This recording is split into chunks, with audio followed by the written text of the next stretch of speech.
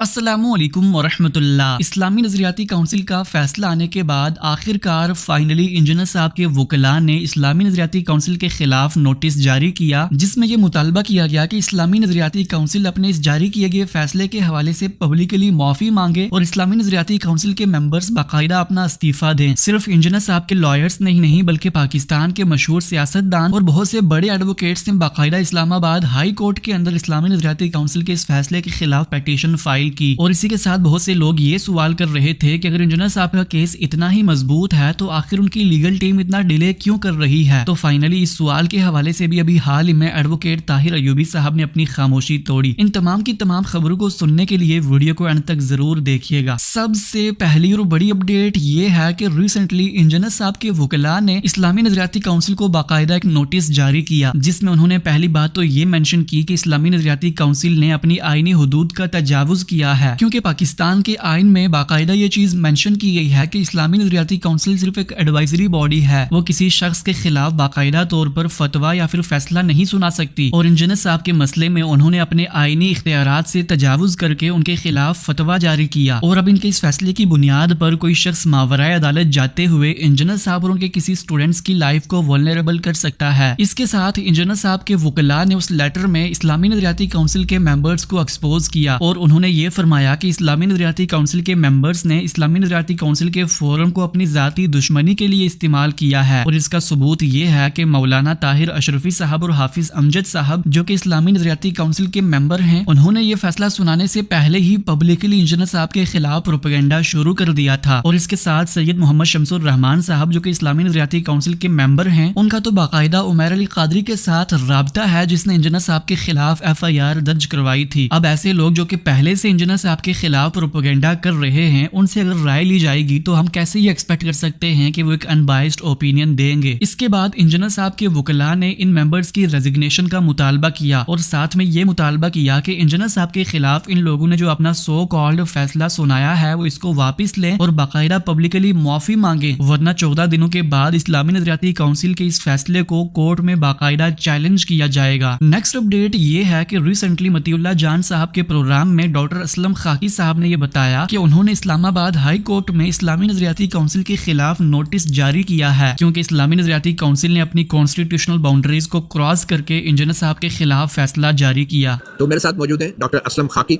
जो कि शरिया लॉ के पाकिस्तान के एक बड़े माहिर हैं और उन्होंने आज ही के दिन इस्लामाबाद हाई कोर्ट में अपनी रिट दरख्वास्त पे बहस की है, जिस रिट दरख्वास्त में उन्होंने काउंसिल ऑफ इस्लामिक आइडियोलॉजी की तरफ से जो एक प्रेस रिलीज आई थी, एक फतवा आया था, उसको उन्होंने चैलेंज किया है और कहा है कि इंजीनियर मोहम्मद अली मिर्ज़ा के खिलाफ जो भी काउंसिल ऑफ इस्लामिक आइडियोलॉजी ने बयान जारी किया है, उन्होंने अपनी आईनी हदूद से तजावुज़ किया है। क्योंकि कोई इदारा अगर अपनी हदूद से तजावुज़ कर रहा है तो किसी शख्स को भी यह हक हासिल है कि वो उसके मुतल्लिक जो है कानूनी रास्ता जो है अपना है। उसी चीज़ को रखते हुए मैंने ये रेट दाखिल की। आज प्रीलिमिनरी हियरिंग थी तो मुझ पे पहली ऑब्जेक्शन मैंने ये रेट किसके खिलाफ दाखिल की, किसको फरीक में? हाँ, इस्लामी नजरियाती काउंसिल को और साइबर क्राइम्स एजेंसी को, नेशनल साइबर, जिन्होंने रेफर किया था, एक मुरासला भेजा था इसी के वीडियो के मुतल्लिक कि ये आप मुलाहिजा करें इस्लामी नजरियाती काउंसिल को और इस पर हमें राय दें कि ये गुस्ताखी में आता है या नहीं।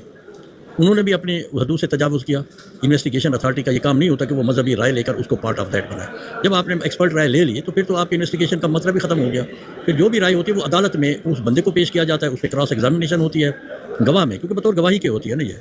तो इस हवाले से जब मैंने ये देखा तो मैंने कहा इन्हें तो तजावुज़ किया है। फिर आर्टिकल 229 और रेड विद आर्टिकल 230 वो क्लियरली और कैंडिडली डिफाइन करता है इस्लामी नजरियाती काउंसिल की पावर को। उनका ये रोल नहीं है कि फतवे दें, किसी शख्स की जो है स्टेटमेंट को एग्जामिन करें। इसी तरीके से हम ये कहते हैं कि इस तरह अगर ये चीज़ हुई तो फिर तो कोई भी जो है वो राय दे सकता है। और ख़ासतौर पर मिर्ज़ा यानी कि इंजीनियर साहब, मैं इनको अक्सर कहा करता हूँ ये बगैर बारे के गाड़ी है, ब्रेकें नहीं लगाते, हर एक को रगड़ा लगा देते हैं, दूसरे अल्फाज में हर एक की मंजी ठोक देते हैं। तो नजरियाती काउंसिल में जो मेंबर्स हैं तकरीबन इनके भी सब, क्योंकि साहब हर मकतब फ़िक्र इनको तो ब्रेकें लगानी चाहिए। नहीं,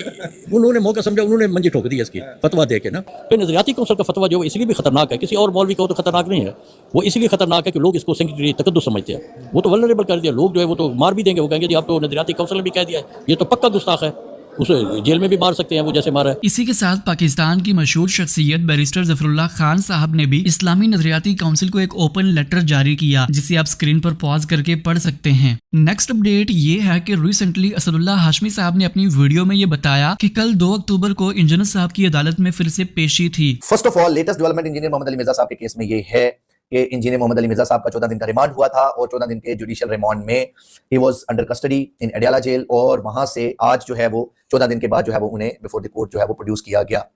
اس میں کوئی ایز سچ جو ہے کوئی امپورٹنٹ جو ہے وہ میرے نزدیک کوئی ایسی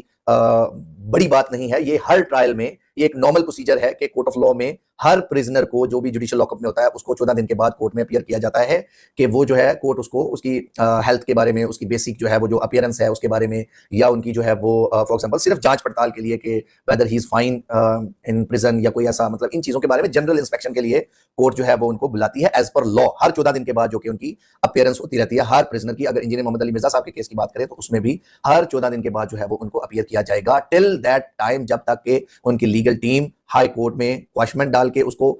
جو ہے وہ ایف آئی آر کو کوائش کرائیں، یا ان کی بیل کرا کے بیل جو ہے وہ پوسٹ ریسٹ بیل کے تھرو جو ہے وہ ان کو ریلیز کرائیں اڈیالہ جیل سے، یا پھر جو ہے جو باقی شارٹیسٹ پروسیسز ہیں جیسے 265K، کیونکہ سیشن ٹرائل ہے تو 265K CRPC میں وہ ان کی ایکویٹل پروسیڈنگ جس کو باعزت رہا کہتے ہیں، باعزت بری کرنے کی جو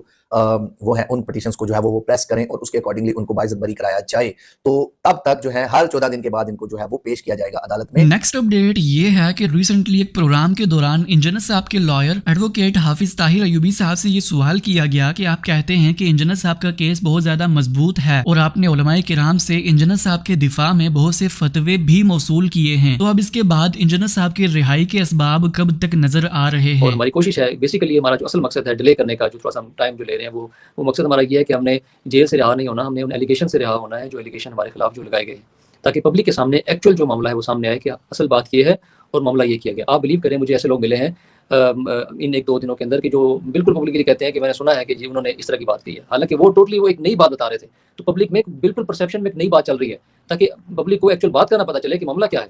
ایف آئی آر تو کسی نے پڑھی نہیں ہے، ایف آئی آر تو کسی نے دیکھی نہیں ہے کہ ایف آئی آر کیا ہے، بس یہی بات چل رہی ہے کہ انہوں نے کوئی گستاخی کر دی، اور وہ جو ورڈ جو میرے کان تک پہنچے میں تو خود حیران ہو گیا کہ یار یہ بات تو جو آپ نے بتائی بڑی خطرناک ہے کہ پبلک میں یہ بات چل رہی ہے، تو یہ بھی ہمارے معاشرے کا ایک المیہ ہے۔ آپ پاکستان کی جو عوام ہے اور جو انجینئر محمد علی مرزا صاحب کے اسٹوڈنٹس ہیں انہیں آپ اتنا تو دلاسا دیں گے کہ یہ کیس جو ہے وہ فکٹیشس ہے، کمزور ہے، اور بہت جلد انجینئر محمد علی مرزا صاحب اکیڈمی میں شیر کی طرح دھاڑتے ہوئے آئیں گے اور دعوت و تبلیغ کا کام بہت جلد شروع کریں گے، ایسی امید دلاتے ہیں آپ؟ جی بالکل بالکل، یہ